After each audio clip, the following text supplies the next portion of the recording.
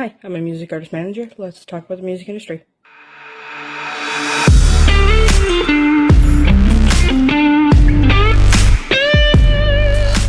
For those that don't know, my name is Ava Sky. I'm a music artist manager, a social media manager, and a journalist, and my degrees are in music industry and journalism, and I'm pursuing a degree in music and entertainment law. So I want to start the series off, or rather this channel off, with an introduction to me and my knowledge, but also with an introduction to the music industry, specifically about the myths and misconceptions in the music industry. There's a lot of them. Some of them are true, but most of them are actually false. And sometimes people fall into one or two categories, but most people don't fall into any. And just because you or someone you know might fall into a category doesn't mean that everybody else does, or that you fall into it all the way. And even if you fall into multiple, it doesn't mean that that's bad or anything. But with that, let's get started. So the first one that I want to go over is that it's impossible to make it. This is one that you're going to hear it, and honestly could not be farther from the truth. I think a lot of the reason that persists as a myth is that people are very unaware of what the music industry is versus what the music business is, how to get started. I think that the music industry gets a lot of attention. It has a lot of mystique when you're looking at it from the outside, especially if you're somebody who doesn't either have any experience in the music industry or is just getting started. And it can seem very glamorous and very intriguing, and I think that only really special people can get into it, or that's something that people think. But it couldn't be farther from the truth, and all you really need to get into the music industry is a willingness to get into it, and a desire to be in the music industry, and a willingness to learn about it. It's one of the biggest and fastest growing industries right now in the world. It has rapidly growing segments in several parts of the economy, both nationally in the US and globally right now. It has been for several decades. The music industry, as we know it, really has only started to exist really since the 1950s when rock and roll came about. So it's really relatively new as an industry. Schools that teach it are always having to adapt to new information. Artists are always having to adapt to new technology. Their teams are always having to adapt to new laws and regulations and changes. So you constantly have to assimilate to new ideas and ways of being in the music industry. But if you open up your mind to what music is and what the industry is and what it can be, I think the idea of making it changes completely. And I think the idea of what it seems like and how to get around it is going to be completely different from what you or anyone else ever imagined. The second myth that I hear a lot is that you need a big label to succeed. And while major artists and major labels do have a lot of resources and exposure, a lot of artists today are making it big independently through platforms like Spotify, YouTube, and social media. The rise of the DIY artist shows that success is possible without the backing of a huge label. And major labels, if you're a musician, can be incredibly helpful. We all know stories of artists who got scooped up by labels and suddenly made it, but there's a lot of context missing from it, of leeway to do things your way, to release the kind of music you want without having anybody interfere. The third myth that you might hear a lot is that you can't be successful unless you're signed to a major label, and this isn't true. Not only can you be successful signed to an independent label, you can be successful without being signed to anywhere at all. Independent artists, due to the fact that social media platforms like TikTok have taken off so much, are able to go viral and able to sustain careers in ways that they never have before. Major labels a lot of times don't have artists' interests at heart. Their whole goal is to make money. So if they're going to make money off of you, a lot of times what they'll do is they'll squeeze every penny out of an artist without ever having the artist's interests, like their health, their well-being, or their career as a whole, at heart. So if they can squeeze money out of you and toss you to the side, then that's what they're going to do. But when you're your own artist and you're not signed to a label, you always have your own interest at heart. You're always going to take care of yourself. You're always going to want to do what's best for yourself and your music and your artistic integrity. So a lot of times you actually do better on your own. Some really good examples of artists that are independent are the bands Dirty Honey, the rapper Macklemore, or Chance the Rapper. Frank Ocean is also a really good example of this, and there are also a lot of artists that are successful being smaller than that. These include artists like Knox or like Drew Rin. It's important to know that you can also start off with a label, whether it's major or independent, and then leave and still remain successful. Bands like Nine Inch Nails, the Eagles, and Radiohead have all done this. The fourth myth that still prevails is that if you're an artist and you want to get signed, all you have to do is be really talented. But that's not true at all. In fact, because labels oftentimes work like banks, or honestly more like loan sharks, but for this instance we'll say banks, they want to know that their investment in you is a sure thing, which means that they want to make sure that you're as invested and as on board with this as possible. So a lot of times they look at people who have large followings on social media and have put in a lot to it. They want to make sure that you've gone on tour before. They want to make sure that you have merch up, and they want to see videos that both have a lot of views and likes, and also some that don't have a lot of views and likes. Because the idea that you've stuck with this despite not getting views and likes, despite not having a lot of streams on some of your songs, and despite not making a lot of money on tour or on merch, shows that you're going to stick with it, and that's what they want. Another prevailing myth is that once you get a record deal, you're set for life, but that's not necessarily true either. Record deals can seem lucrative, but a lot of times for artists, they come with strings that are attached that end up choking the artist all the way to the bank. A lot of artists can end up owing the label more money than they made, meaning that they actually end up losing money on the deals, especially in the early years. If you're an artist and you want to record an album, make music videos for it, and then go on tour for it, it might cost $2 million. But if you only make $4 million from it, the label is then going to take back the $2 million that they made out of that $4 million plus interest, which means that they're really going to take $2.5 or $3 million. And then on top of that, you have to pay your roadies, any other tour fees.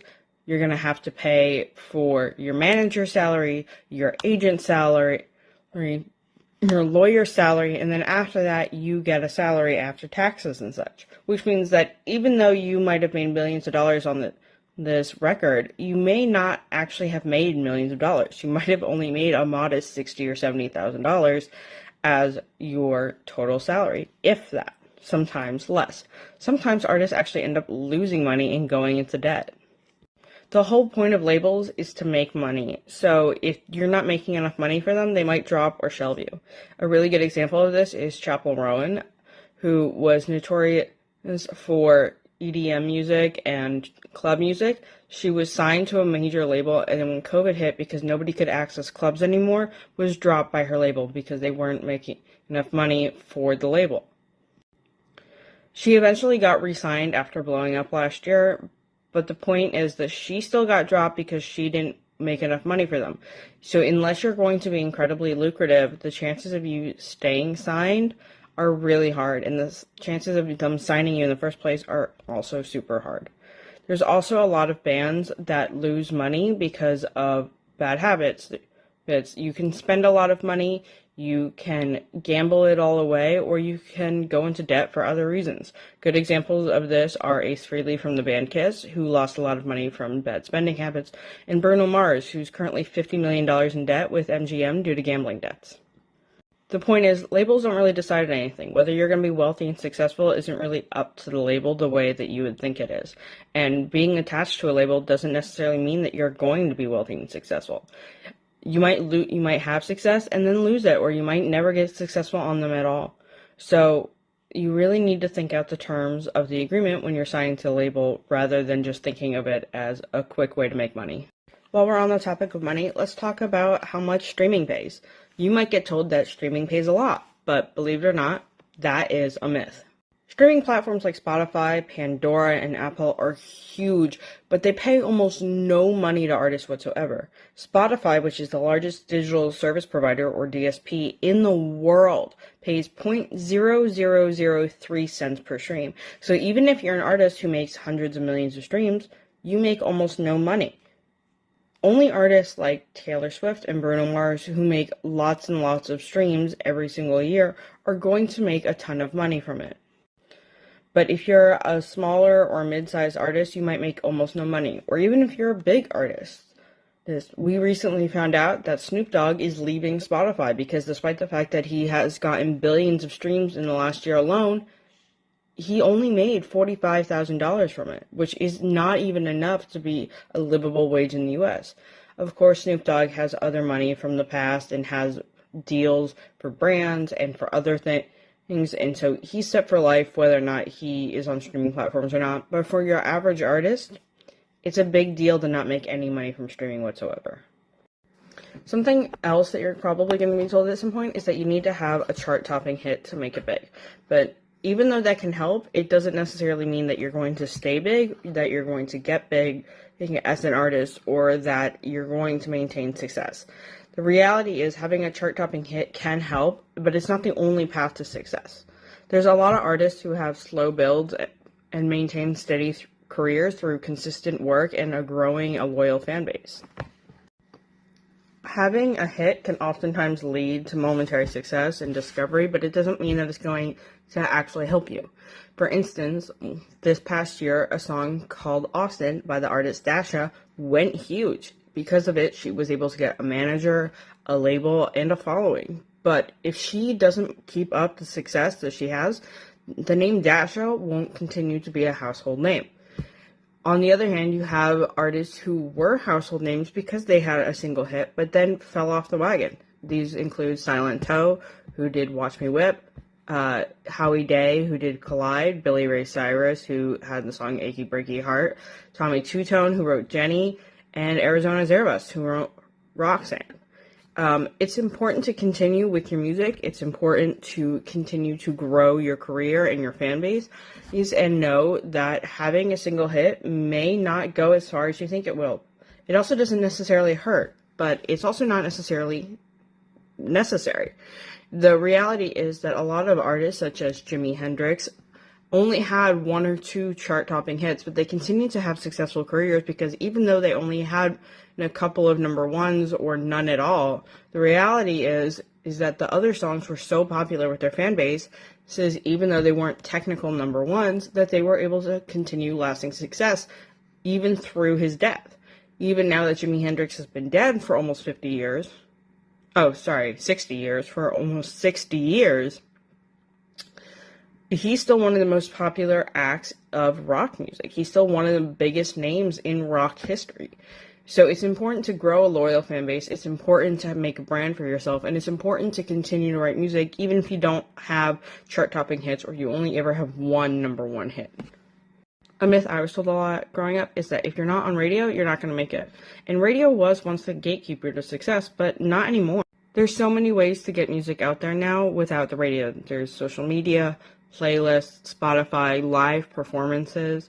There's no need for radio the way that there was. In fact, a lot of radio stations now only play music as an interim, and the thing that people really want to listen to are talk shows. Radio can be really useful as an artist for things like interviews and social media clips, and if you're the songwriter, you can get paid from radio because the royalties from radio plays actually go to the songwriters instead of the artists themselves. So if you're someone who writes songs or wants to write songs or is the artist who wrote their own song, then radio play can be good. But certain genres aren't conducive to radio play anyway either. Things like heavy metal and certain types of jazz aren't necessarily popular on radio stations anyway, which means that even if you got paid as a songwriter, you wouldn't get paid very much, you wouldn't get played very much because people who listen to the radio don't typically listen to that. If you're a top 40 artist like Sabrina Carpenter, your songs might get played a lot, but you're not going to get paid for it because you're not the person writing your own songs. The people writing your songs will. The people at your label will. But you might not. On top of that, top 40 stations like Z100 in New York with Elvis Duran don't really play songs that wouldn't be discovered anyway. A lot of times if you turn it on the radio and you listen to these big stations, they play songs from 5-10 years ago that were big, and some songs that are big regardless. For instance, if you turn on the radio now, what you'll probably hear is Espresso by Sabrina Carpenter and Lover by Taylor Swift, both songs that were popular in their own rights, as well as ones that aren't written by them necessarily. because some of the songs that they're playing are 5 or 10 years old, or maybe even older, it's not necessarily a popular song at this point. It's just one that is nostalgic. And because songs like Espresso by Sabrina Carpenter were popular without the radio in the first place, it doesn't really make a difference to Sabrina whether they play it or not. It's just good for the songwriter.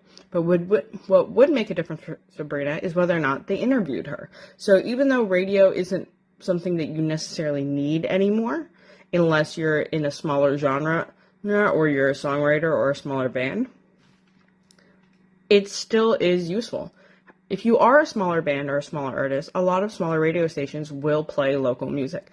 If you're in something like rock, where there are a lot of radio stations dedicated to it, you can still get airplay, still get paid for it, and still get new fans from it, but not necessarily the way that you can with social media. Something else you might have been told is that music royalties automatically make easy money, but that's not true. A lot of people assume that once your song is out there, royalties will start pouring in, but the reality is collecting royalties can be complicated. There's so many different types of music royalties. There's performance, there's mechanical, there's synchronization royalties, and the amount you earn can depend on a variety of factors. It takes a lot of time to earn money, and like I said earlier, a lot of streaming makes almost no money. So if a fan decides to stream a song on Spotify 5 times a day, every day for an entire 365 year, the artist they're listening to would only make $25 from that one fan listening to them on Spotify. Spotify, again, pays less than other streaming services, but not that much less. And the reality is, because Spotify is the largest DSP on the planet, it's very hard to make money from anywhere else. In order to keep your royalties up, unless you're a major artist whose label is going to artificially inflate your streaming, not only do you need a really good song, but you need really good marketing, and you need connections with your fans. You need your fans to do some of your marketing for you. You need them to like the song, to share the song, play the song constantly. You want them to add it to their posts and their stories, and to go to your concerts and post about it. It's a constant battle, because it produces so much or so little money, really. I mean, the majority of artists don't make money at all from streaming. Over 99% of artists on Spotify make less than $12 a year from streaming because of the cost and how little they pay. And because there's actual costs that go into producing an album as well as distributing it, bare minimum, you're going to lose a few $100s every time you put an album out to Spotify. A lot of times, making music is actually a money sink, while things like touring and selling merch are the actual money makers. A myth that's been continued since the 80s is that music videos are essential for success. With the rise of MTV in the 80s and the continuance of things like YouTube into the 2000s and 2010s, music videos were a core part of success. With an example like Rick Astley, whose Never Gonna Give You Up video went viral on MTV, and bands like Fall Out Boy, whose Sugar We're Going Down video launched them into success in the early 2000s. But at this point, music videos don't necessarily make money because they cost money to produce, and streaming, as we know, doesn't necessarily give you a lot of money. You have to be able to gain something from the music video. If you're not a big artist with a label backing you, the video itself should either provide context or depth for your song, or it should provide some other purpose. They can be a lot of fun to make, and some of them aren't that expensive, but sometimes they cost hundreds or thousands of dollars to produce. You need other people involved a lot of times. It takes expensive equipment, and oftentimes the best thing to do is actually to take that money and produce multiple short content pieces for your social media, and then upload those instead of dumping it all into one music video and hoping that it remains popular. Making the music video can be a really good experience for you and your friends, but a lot of times it doesn't actually do anything for you other than take up time and money. We talked about how touring can make money, but something that a lot of people think is that the more you tour, the more money you make. But again, that's a myth. Touring is essential for exposure and for building a fan base, and it is one of the main ways that artists are going to make money. But because of the cost of travel and accommodations and the crew and promotion, Once you pay off things like your roadies, you pay your dues to the venues and your booking agent and your manager, and you take into account gas prices and travel prices, a lot of times, if you don't carefully plan everything out, you'll actually end up losing money, or you might not make as much money as you think. It is important to have someone who is either your regular manager or a tour manager come along for the ride and make sure that everything is in place so that way you can make money off of the touring. And there's also a point where you need to know when to tour, where to tour, how to tour, and how often to tour. If you're a small band, you really should only be doing your local scene and maybe the area around it. But if you're a major artist on a major label with hundreds of millions of fans, going on a world tour might be a really good idea. But if you do a world tour, you don't necessarily want to do a world tour right after the other. If you do 6 continents and 100 countries, by the time you're done, you're going to be exhausted. And at that point, you've spent so much money that going on another world tour right away might not be a good way to make money. But if you're a small artist, you should consistently be playing local shows because it is good exposure, it's a good way to get practice, and it's a good way to get bigger. And there is a point when you're a small artist that you will have exhausted out your local scene and you'll have to move on to a bigger area. But until then, you should really keep playing. Also, when you're starting out, there's going to be a point where you're not making money at all from the shows you're playing. You're probably actually going to be losing money. Venues don't want to pay artists. They don't know that are going to make the money. So if you're just playing at bars and stuff, you might not make any money at all. Something else you might hear when you're talking about signing to a label or being an artist is that you're going to have to sell out to be successful, but that's not true. I think part of this has to do with the fact that people don't necessarily understand the difference between changing over time and selling out. When an artist decides that they want to be successful and so they change their look, their sound, their aesthetic, who they are as a band or an artist to match what is popular, that is selling out because they're doing it to make money. But oftentimes, because artists are people and times change, artists will change their look or their sound naturally. Bands who've done this are like Green Day or Taylor Swift, who've gone through multiple eras where her look and her sound have completely changed. This doesn't necessarily mean that they've sold out, and a lot of people think that you have to continuously do this. Something that we all know is that artists, particularly female artists, consistently have to reinvent themselves so that people will consistently pay attention and continue to want to be a part of that brand. This goes along with selling out, but it's not necessarily the same thing. It's important to make sure that your intentions as an artist are to make the art and to be yourself. And if you're not in it for that, then you are going to end up selling out, quote unquote. It is really important to understand that sometimes things naturally change, but they don't necessarily have to. And the best way to do well as an artist is to be yourself. Most fans want a genuine connection with an artist. They don't necessarily want to just see someone big on a screen and automatically like them. The reason they like artists a lot of times is because they like who the artist is as well as the art they make. And so the best way to have this genuine connection and to be successful with your fans is to be yourself. And if that means staying the same over time, that means staying the same. And if that means changing up the look or who you sound like, then that means changing up the look or who you sound like. But you don't have to change to be successful, and you don't have to sell out to be successful. The next myth is that all successful musicians are rich. We're going to talk a lot about money and a lot about myths like this. But again, like I said earlier, many artists only make a modest income. And on top of that, rich means different things to different people. Some people think that rich is fame and fortune. Some people think that rich just means that you get to do what you want to do, which is be an artist and tour. And so sometimes, yes. If we're talking about the definition that most people think of rich, of they have a lot of money, they have a big house, they have nice cars, this is attainable for a lot of artists, but it's also something that is very easily losable.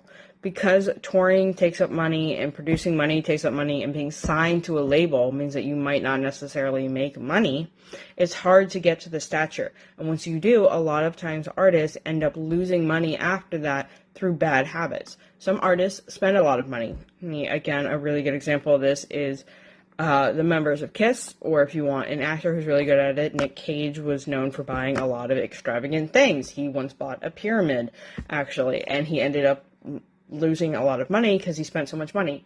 We also talked about things like Bruno Mars and his gambling debt. It is possible, with the help of an accountant and a manager and patience and time and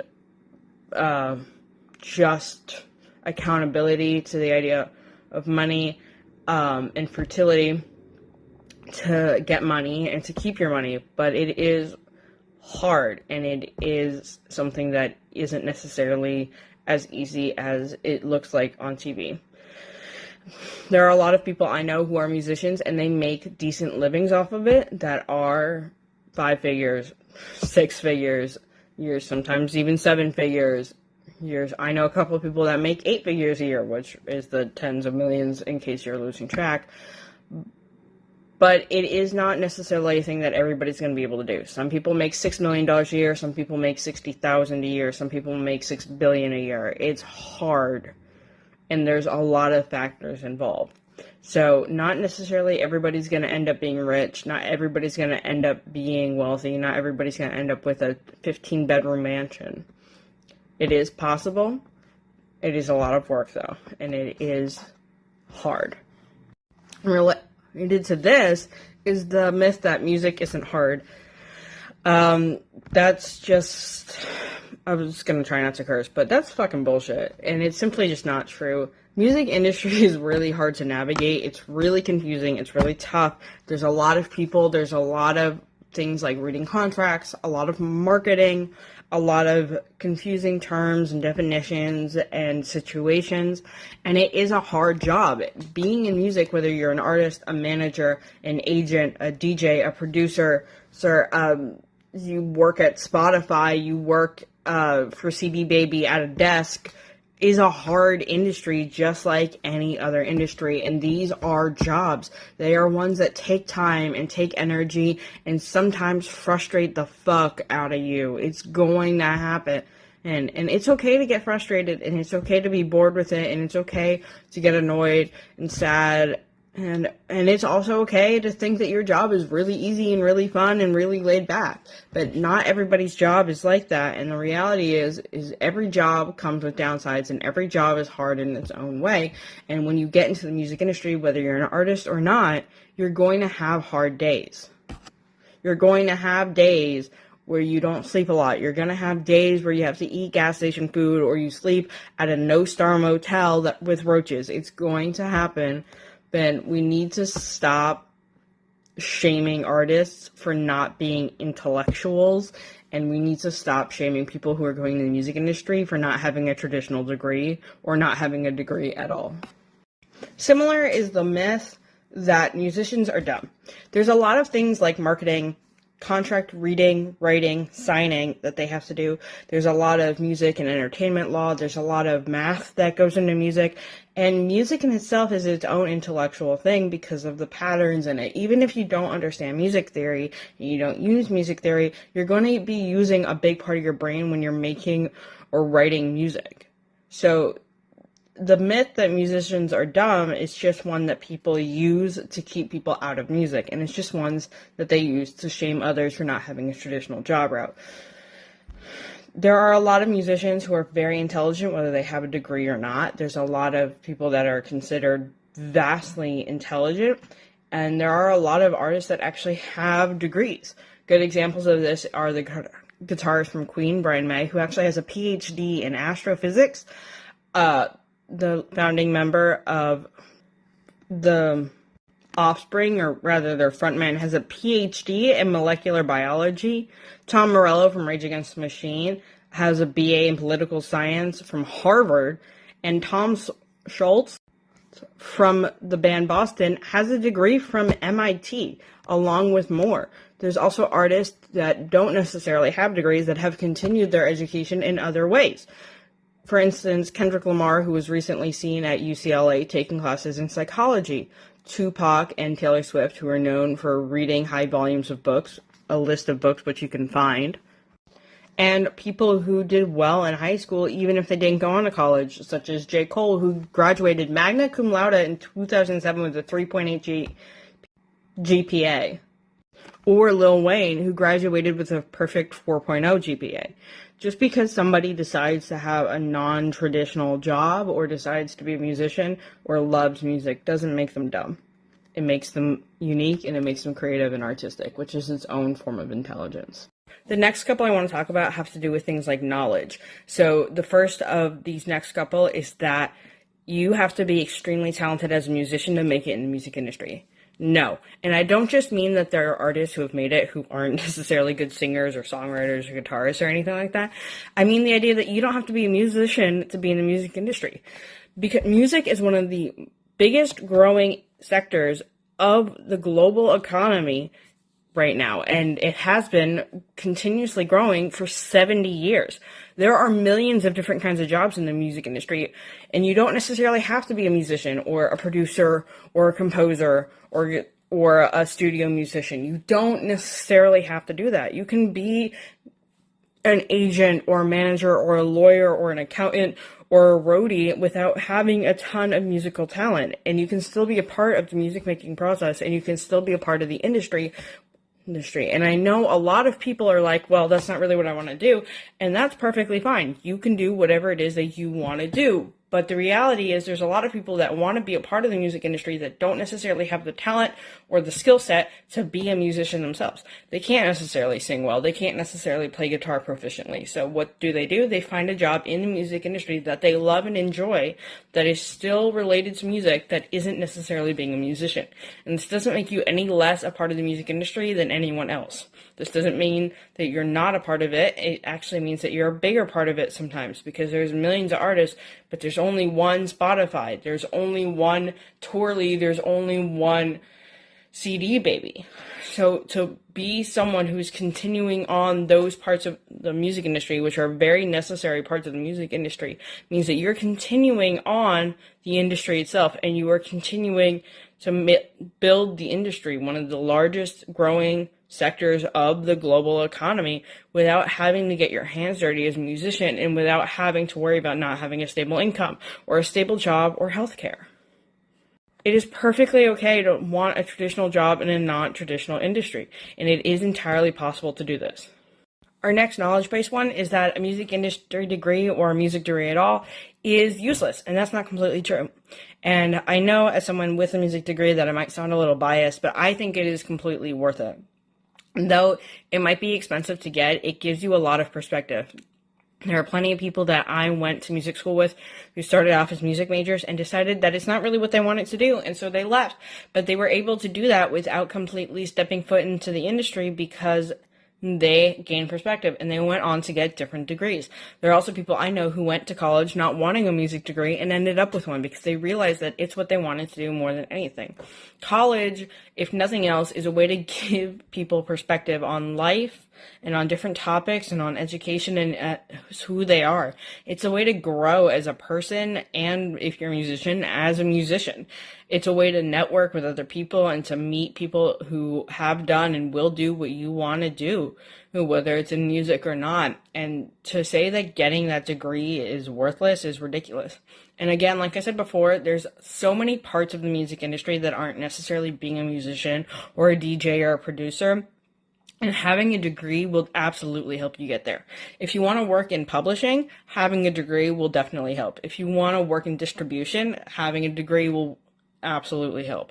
If you want to be an entertainment lawyer, having a degree will absolutely help. Even if you want to do something like music and you don't want to be a teacher on the side or as your main part of your profession, having a degree can at least give you practice at instruments and at least help you do things like learn music theory and composition and music history, which will help you be a better musician, help you be a better writer. There's no reason to think that having a music degree is absolutely a bad thing. Before I get into our last myth, I want to say thank you for being here. I understand that this was long. I understand that this video is not particularly produced well, filmed well, edited well. I'm very new at this. I will get better at it, I promise. I will go into more things. If you have questions, comments, concerns, leave them in them in the comments. I will leave my social medias in the comments. I don't have a Thread, Twitter /X, or Blue Sky right now. I'm waiting to see who wins that battle, but I do have an Instagram and I do have a TikTok, and I will put those down below in the description or whatever. Please come back for more. I will be releasing videos every Friday. I have more social media advice and stuff on my social media, and if you want to follow music industry news and things there, go there. I also want to talk about our sponsor for today, which is no one. I have no sponsor. I know I only have 4 subscribers, so if you are a sponsor and you want to sponsor me for the 4 subscribers I have, or in the hopefully more that I will have in the future, please let me know. My contact information will be there, or you can reach out through me through my social medias. Yeah, I would really like a sponsor. So if you're someone who's in the music industry and you want to sponsor me, or you're something else like a calendar app or something that I would use, feel free to reach out. Alright, for our last myth, it actually goes against the last one, which is that you need a formal music education. You don't. You don't need piano lessons, you don't need guitar lessons, you don't need to understand music theory, and you definitely don't need a degree. The best things to do to be in the music industry are to network and get out there and to learn about your local scene and to work your way up. Knowing things like music theory can be really helpful if you want to do things like be a film composer, and having a music degree can be really helpful if you want to get into a more formal sect of the music industry, like publishing, distribution, yada, yada, yada. But it's not a necessary thing. There's a lot of artists that don't necessarily know it. And there are artists that use it to their advantage, but there's a lot that can't use it at all. For instance, Paul McCartney, who's one of the most famous people in the world, founding member of the Beatles, great guitarist, great singer, great songwriter, can't read sheet music, doesn't know music theory, only can play a little bit of piano and can play his bass, and that is it. That's all he can do. Sometimes people hear about artists like Eddie Van Halen or Olivia Rodrigo who got formal training at a very young age, and that's helpful. It's really great, and knowing music theory is really good. For instance, Billie Eilish and her brother Phineas, who produce a lot of songs, do things like utilize music theory when they're writing their songs, which is one of the things that makes them so awesome. But it's not necessary. There's a lot of artists that don't utilize it at all and can still write great music. Kurt Cobain couldn't read tabs or really play guitar. He figured it out himself. Nikki Sixx from Motley Crue didn't have a formal music education. A lot of people don't have formal music education. You don't need it. You just need a willingness to learn. And now that we have things like YouTube, or you can go to a library old school, or you can get someone from the internet to kind of sort of teach you things on Instagram, you don't need a formal music education the way you used to. So don't fret if you can't read sheet music. Don't fret if you don't know tablature. It's very easy to learn, especially because of YouTube and Instagram and TikTok. And it's very easy to do things without them, even if you don't want to. You just have to figure it out in your own kind of way. Alright, that is the end of this video. I understand that this was not a very good video, so thank you for sticking around. If you made it to the end, I will post another one a week from today. It will be filmed significantly better than this, hopefully. Social medias, again, will be down below. If you're a sponsor and you want to sponsor me, let me know. Happy Friday. Have a good weekend. Love you.